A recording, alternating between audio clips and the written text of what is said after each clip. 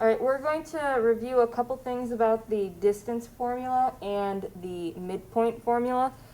First off, the distance formula and the midpoint formula are both really useful when you have a graph that kind of looks like the one I've drawn or something similar, where it's not very clear where the line's midpoint is or how to find how far it is, because I didn't give, or how long it is, because there aren't enough markings on the graph to just count over. And so we use the distance formula. Now, some of you might be thinking the Pythagorean theorem is easier than the distance formula, but I want to show you something with that. If I have a squared plus b squared equals c squared, and I want to solve for c, then I take the square root of both sides. So c is equal to the square root of a squared plus b squared.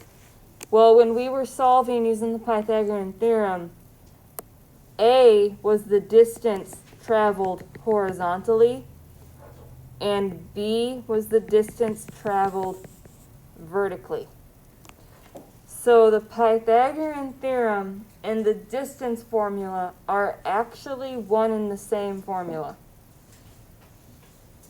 The distance formula is saying I can recognize that the y-coordinate of one point minus the y-coordinate of the other point gives me the vertical distance, and the x-coordinate of one point minus the x-coordinate of the second point gives me the horizontal distance.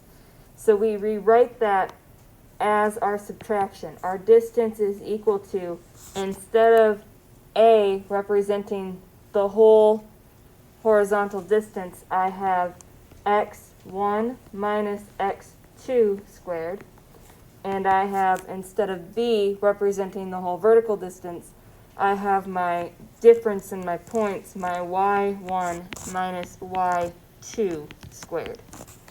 So when I solve this, instead of separating separately, or subtracting separately, I'm subtracting right inside the formula.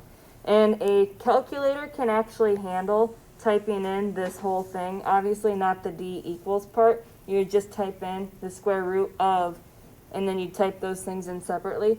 I request that you write things down in steps because you often make mistakes when you're typing things in the calculator. I do as well. And if you don't check as you're putting your steps down, then you're just trusting whatever you typed in the first place is correct.